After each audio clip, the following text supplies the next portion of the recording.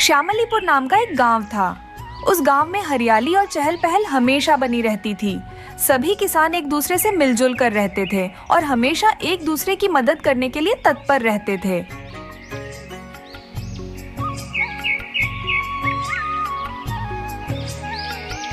उस गांव में दो किसान रहते थे।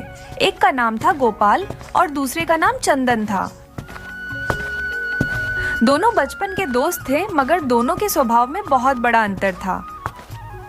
जहां गोपाल बहुत ही मेहनती और मिलनसार किस्म का इंसान था, उसके मन में कोई भी छल कपट नहीं रहता, और दूसरी तरफ चंदन बहुत ही बड़ा, अलसी और कपटी किस्म का इंसान था। वह हमेशा दूसरे की खुशी को देखकर जलता था। जहां गोपाल हर दिन सूरज उगने से पहले ही अपने खेतों में काम करने पहुंच जाया था, दूसरी ओर चंदन अपने आलसीपन में दिन भर सोया रहता था या फिर गांव में बैठकर गपशप करता रहता था। चंदन बिना मेहनत के हर चीज पाना चाहता था, इसलिए दूसरों की तरक्की से उसे बहुत जलन होती थी।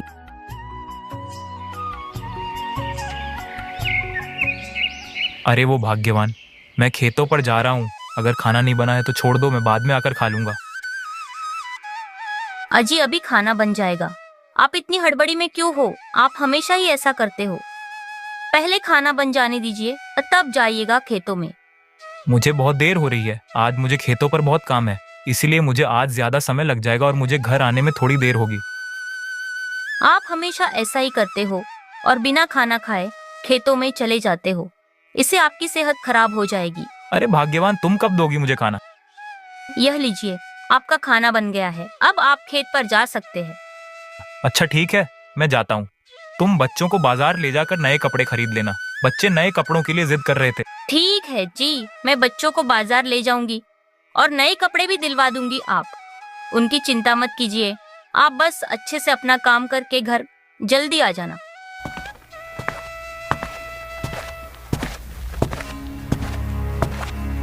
अजी आप अभी तक सो रहे हैं। सारे गांव के लोग अपने अपने कामों में लग गए हैं और आपको तो लगता है जैसे कोई काम ही नहीं है। जिंदगी भर सोते ही रहोगे तो कब कुछ करोगे? अजी मेरी बात आपके कानों तक नहीं पहुंच रही है क्या, या फिर बहरे हो गए हो?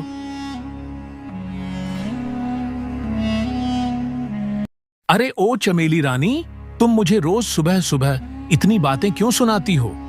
इतनी बातें ना सुनाओ तो और क्या करूं? आपके दोस्त गोपाल को ही देख लो। वह दिनों दिन तरक्की कर रहा है और एक आप हो, सूरज सर पर चढ़ गया है और आप बिस्तर से उठने का नाम नहीं ले रहे हो। चमेली रानी, उठता हूँ, इतना क्यों गुस्सा कर रही हो? अजी आप अपना काम कब समय पर करेंगे? इतना आलसी मत रहिए, नहीं तो एक दिन बहुत पछताएंगे। क्या भाग्यवान, तुम तो मुझ पर खामखा गुस्सा करती रहती हो। एक दिन देखना, मैं तुम्हें बड़ा आदमी बनकर दिखाऊंगा और अब मैं उठ गया हूँ तो खेतों पर भी चला जाऊंगा। भला खेत कहाँ भागे जा रहे हैं? अब बस भी करो, सुबह से सुनाए जा रही हो। अब कितना बोलोगी? जा रहा हूँ नहाने। आप जल्दी से नहाकर आ जाइए, तब तक मैं आपके लिए खाना लगा देती हूँ। उसके बाद आपको खेत पर भी जाना है। सारा काम ऐसे ही पड़ा हुआ है। अच्छा ठीक है चमेली रानी, अब मुझे उठने तो दो।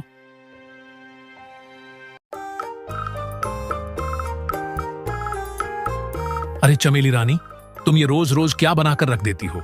सिर्फ दाल चावल, कोई सब्जी नहीं बना सकती क्या? अजी सब्जी तो तब बनाऊंगी ना जब आपको सोने से फुर्सत मिले। आप तो कुछ काम धाम कर नहीं रहे हो, तो कहाँ से खाने को मिलेगी सब्जी? मेरे पास जो थोड़े पैसे बचे थे उनसे मैं दाल खरीद कर ले आई हूँ। अगर आपको सब्जी खानी है तो जल्दी जाकर खेतों में काम कीजिए और थोड़े पैसे कमाइए। इसे तो कुछ भी कहता हूँ तो ये मुझ पर ही भड़क जाती है। इसे कुछ भी कहने से तो अच्छा होता कि मैं यही दाल चावल ही खा लेता हूँ।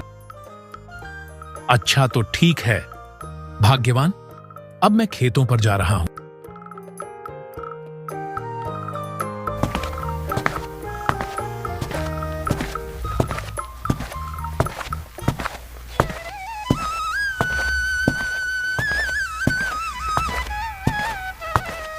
क्या गोपाल भाई, तुम्हें कितना मन लगता है खेतों में काम करने में?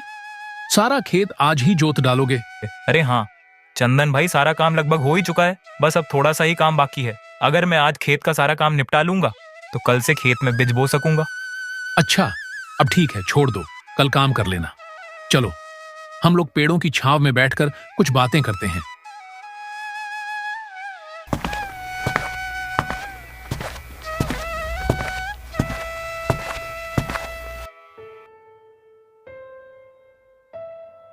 कितनी कड़ी धूप है, पता नहीं। गोपाल की इस मिट्टी का बना है, दिन रात बस खेतों में ही लगा रहता है। मैं एक काम करता हूं, थोड़ी देर पेड़ की छांव में बैठकर आराम कर लेता हूं। जब थोड़ी धूप कम हो जाएगी तो फिर आराम से खेतों में काम करूंगा। अरे बाप रे, मुझे तो बहुत जोरों की भूख लगी है। थोड़ी सी पेट पूजा कर लेता हूँ, उसके बाद खेतों पर फैर से काम करूंगा।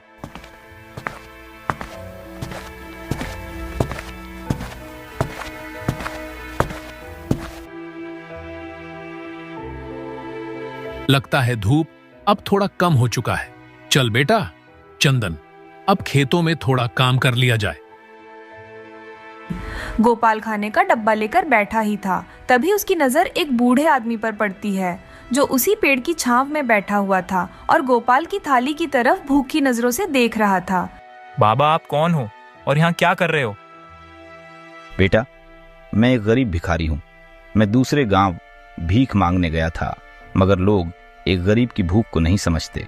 किसी ने मुझे भीख नहीं दी तो मैं अपने गांव लौट रहा था। इतनी चिलचिलाती धूप है कि मैं चलते चलते थक गया और इस पेड़ के नीचे बैठ गया। मेरी इन बूढ़ी हड्डियों में अब इतनी ताकत नहीं बची कि मैं ज्यादा भूख सहन कर पाऊं। बाबा, मेरे पास तो ज्यादा कुछ खाने को नहीं है। मेरी पत्नी ने मुझे रोटी और सब्जी दी है, इसे आप खा लीजिए। पर बेटा, तुम सुबह से खेतों में मेहनत कर रहे हो और तुम्हें भूख भी लगी होगी। अगर तुम्हारा खाना मैं खा जाऊंगा तो तुम भूखे रह जाओगे। बाबा, आप यह कैसी बातें कर रहे हैं? मेरा घर पास में ही है, आप ये खाना खा लीजिए, मैं घर जाकर खा लूंगा। बेटा, तुम ऐसा करो, मुझे सिर्फ पानी दे दो, मैं पानी ही पी लूंगा। बाबा, आप मेरे सामने भूखे बैठे रहो और मैं खाना खा लूं, ऐसा कैसे हो सकता है? यह लीजिए खाना, आप खा लीजिए।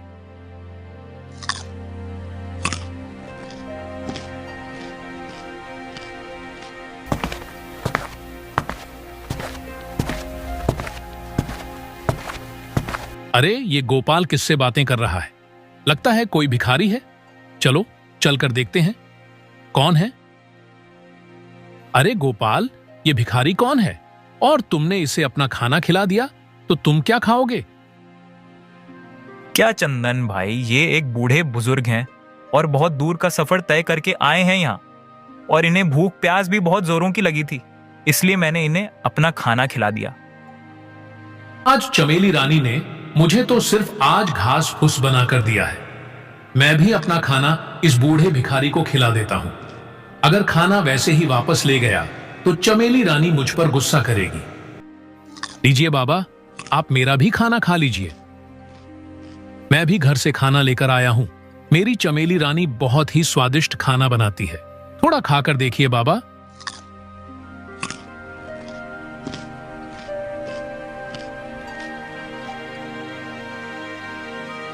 बेटा, तुम दोनों ने आज अपना खाना मुझ बूढ़े भिखारी को खिलाया है, इसके लिए तुम्हारा बहुत बहुत धन्यवाद। धन्यवाद कि कोई जरूरी नहीं है बाबा, आप तो हमारे पिता समान हो, और आपको भूखा रखकर मैं खाना खा लेता तो मुझे ये कभी अच्छा नहीं लगता। बाबा, आप तो हमें बस सिर्फ आशीर्वाद दीजिए कि इस बार हमारी फसल काफी अच्छी हो और हमारे परिवार को सुख शांति मिले। तुम दोनों को मेरा आशीर्वाद है। बेटा, तुम बहुत ही मेहनती हो और मेहनती किसान हमेशा सफल होते हैं। बेटा, तुम दोनों ने मुझे आज अपना खाना खिलाया है, इसलिए मैं तुम दोनों को भी एक भेंट देना चाहता हूं। बूढ़ा भिखारी अपने फटे हुए झोले में से 2 थैले निकलता है और उसे गोपाल और चंदन को देता है। आप ये क्या दे रहे हो हमें? यह किस चीज के बीज हैं? क्या ये विशेष फसल के हैं? बेटा, ये कोई साधारण बीज नहीं है, ये एक जादुई बीज है। तुम इन्हें अपने खेतों में बो देना और ये उसी चीज के पौधे बनकर उगेंगे जिस पौधे का तुम नाम लोगे। बाबा, हम आपकी इस भेंट के लिए आपके बहुत बहुत आभारी हैं। बाबा, मैं इनकी बहुत अच्छे से देखभाल करूंगा और इन्हें रोज पानी दूंगा। लेकिन बाबा, अगर यह बीज जादुई है तो हमें इतनी मेहनत करने की क्या जरूरत है? बेटा, तुम ये बात हमेशा याद रखना, जादू उसी पर काम करता है जो उसकी कदर करता है। ये बीज अपने आप में शक्ति रखते हैं, मगर तुम इनकी सही देखभाल नहीं करोगे तो इनसे तुम्हें कुछ भी नहीं मिलेगा। हर दिन तुम इन्हें प्यार और मेहनत से सींचना, तभी ये तुम्हें फल देंगे। जी बाबा, मैं आपकी बातों को समझ गया हूँ। हम इन बीजों को रखेंगे और इनकी देखभाल बहुत प्यार से करेंगे।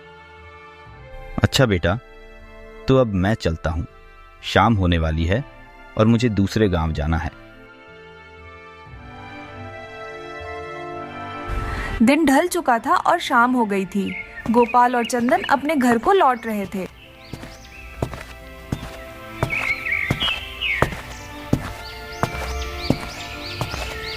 तभी रास्ते में चंदन और गोपाल दोनों आपस में बातें करने लगते हैं। चंदन भाई, ये जादुई बीज बहुत ही अनमोल है। बाबा ने हमें कहा है, अगर हम इन्हें प्यार और मेहनत से खींचेंगे तो ये हमें बहुत कुछ देंगे। मैं तो कल ही इन्हें जाकर अपने खेतों में बो दूंगा। गोपाल भाई, मुझे बूढ़े भिखारी की बातें कुछ समझ में नहीं आई। अगर यह बीज जादुई है तो हमें इतनी मेहनत करने की क्या जरूरत है? मुझे नहीं लगता कि इन्हें जादुई बीजों पर रोज पानी देने से कुछ खास फर्क पड़ने वाला है। ये खुद ही उग जाएंगे और हमें फल देंगे। बाबा ने हमें साफ साफ कहा था कि प्यार और मेहनत के बिना कुछ नहीं मिलेगा, इसलिए हमें इनका पूरा फायदा उठाने के लिए इनकी देखभाल अच्छे से करनी होगी। मैं कोई भी जोखिम नहीं लूंगा और इन बीजों की बहुत अच्छी तरह से देखूंगा। इसके बाद दोनों अपने अपने घर की ओर चल पड़ते हैं। दोनों घर पहुंचकर सारी बात अपनी अपनी पत्नी को बताते हैं। जी ये तो बहुत अच्छी बात बताई है आपने। लगता है अभी भगवान की भी हम पर बहुत बड़ी कृपा है। आपकी अच्छी किस्मत ही थी जो बाबा आपको मिले। सुजाता, तुम ठीक ही कह रही हो। वह बाबा किसी भगवान से कम नहीं थे हमारे लिए। कहने को वह एक भिखारी थे, मगर उनकी आंखों में एक अलग ही तेज था।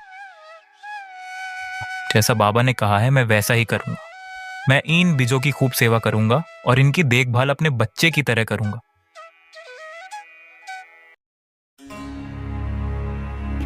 अजी, आप तो बहुत बड़ी खुशखबरी लेकर आए हो। ये तो बहुत अच्छी बात है। आप उन बीजों को कल खेत में लगा देना और इन बीजों पर बहुत ही मेहनत करना ताकि फसल बहुत अच्छी हो सके। फिर हम उन फासलों को बेचकर बहुत सारे पैसे कमाएंगे। हाँ चमेली रानी, मैं ऐसा ही करूंगा। पर तुम इतनी उतावली क्यों हो रही हो? सुनिए जी, आप थोड़ा आलस कम कीजिए और आप कल सुबह ही इन बीजों को जाकर खेत में लगा देना। ये बीज कहीं भागे थोड़े ना जा रहे हैं। मैं कल सुबह ही खेतों में जाकर इन बीजों को लगा दूंगा।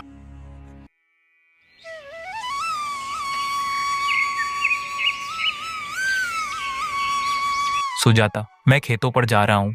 मुझे खेतों पर ही आज ज्यादा देर हो जाएगी। बाबा ने जो मुझे बीज दिया है उसे आज खेत में बोनी है। सुजाता, मेरा मन कहता है अगर हम इन बीजों की अच्छी तरह से देखभाल करेंगे तो हमें बहुत लाभ मिलेगा। हाँ जी, आप ठीक ही कह रहे हैं। ये लीजिए, आपका खाना समय निकाल कर खा लीजिएगा। हे भगवान, आप अभी तक सो रहे हैं। ये आपको सोने से कब फुर्सत मिलेगी? आपको याद नहीं है क्या? आज खेतों में बीज रोपने जाना है। आप जल्दी उठिए और खेतों पर जाइए। आपने बताया था कि बूढ़े बाबा ने आपको जादुई बीज दिया है, तो चलिए आप जल्दी उठिए। अरे हाँ हाँ, भाग्यवान, उठ रहा हूँ। तुम हमेशा मेरे पीछे क्यों पड़ी रहती हो? लगता है तुम मेरी जान लेकर ही मानोगी। मुझे सब याद है। तुम क्यों बार बार मुझे याद दिला रही हो? अजी, आप इतना बेफिक्र होकर सो रहे हैं तो मुझे लगा कि आप भूल गए होंगे। अरे नहीं चमेली रानी, मैं कुछ नहीं भूला हूं। मुझे सब कुछ याद है।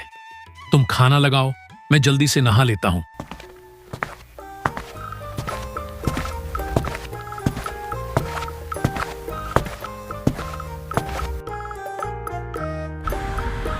गोपाल और चंदन दोनों अपने अपने खेतों में बीज बो देते हैं।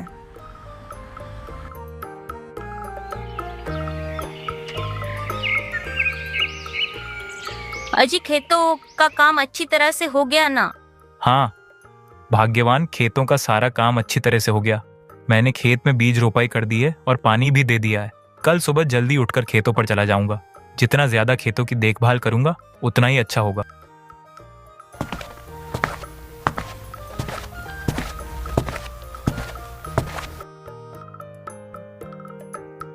सुनिए जी, क्या आपने आज खेतों में बीज बो दिया?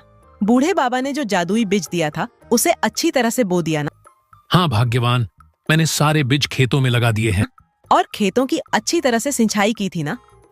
नहीं भाग्यवान, मैं खेतों की सिंचाई आज नहीं कर पाया क्योंकि बीज बोने में ही ज्यादा समय लग गया। कल जाकर मैं खेतों में पानी दे दूंगा। लेकिन बूढ़े बाबा ने तो कहा था कि रोज इसे प्यार और मेहनत से सींचना।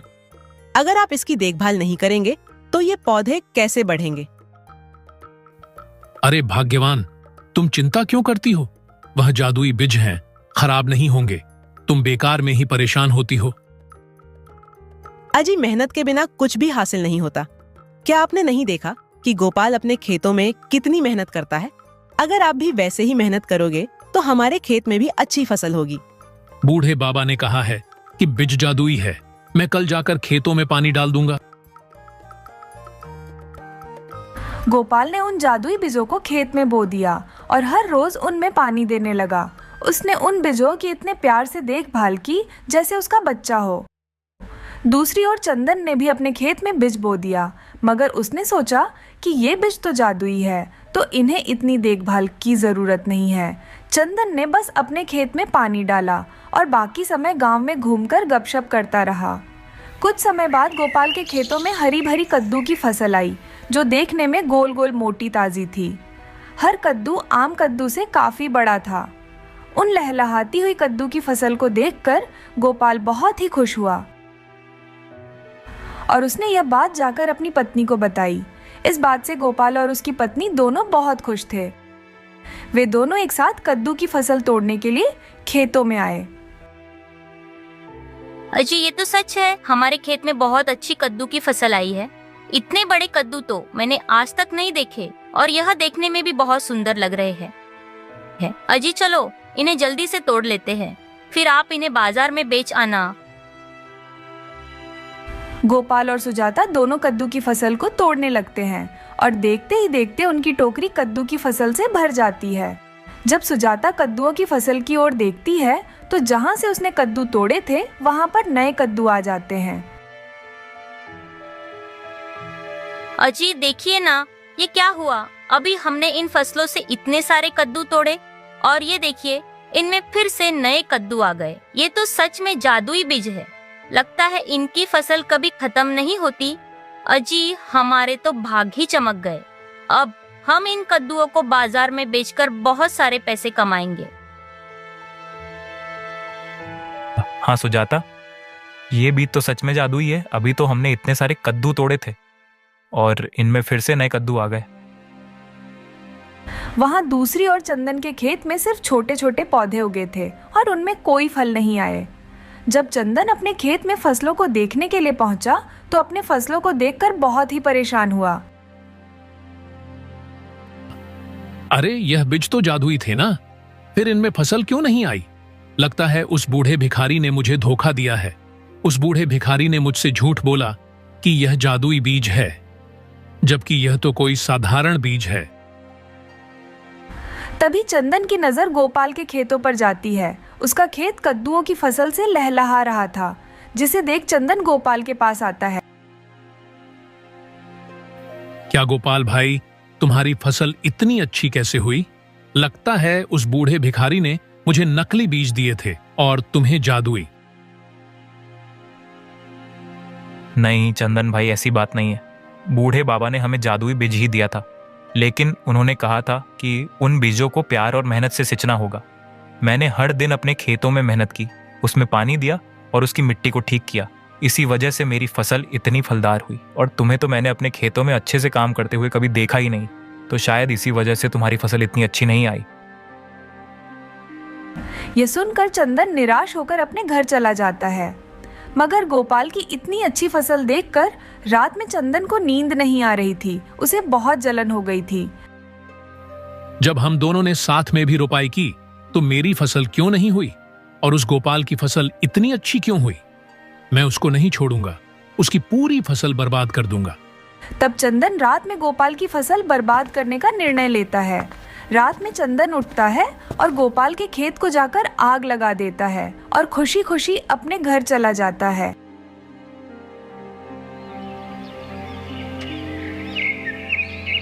जब सुबह होती है तब चंदन खेतों पर जाता है तो वह देखता है कि गोपाल की फसल पहले की तरह ही है। उस खेत में कोई आग नहीं लगी और फसल कहीं से भी नष्ट नहीं हुआ। अरे नहीं, ये मैंने क्या कर दिया? मैंने खुद ही अपनी पैर पर कुल्हाड़ी मार ली। अगर मैंने भी इन बीजों की अच्छे से देखभाल की होती तो आज मेरे पास भी गोपाल की तरफ कद्दुओं की फसल लहलहा रही होती। यह सारी गलती मेरी ही है। तब चंदन समझ जाता है कि यह बिज जादुई है और इन्हें नष्ट नहीं किया जा सकता। गोपाल ने कद्दू को बेचकर खूब लाभ कमाया। उसने एक बड़ा घर भी ले लिया और एक सब्जी की बड़ी दुकान खोल ली और चंदन को पछतावे के अलावा कुछ भी नहीं मिला। अगर आपको हमारी कहानी अच्छी लगी हो तो वीडियो को लाइक करके और चैनल को सब्सक्राइब करें। Thanks for watching.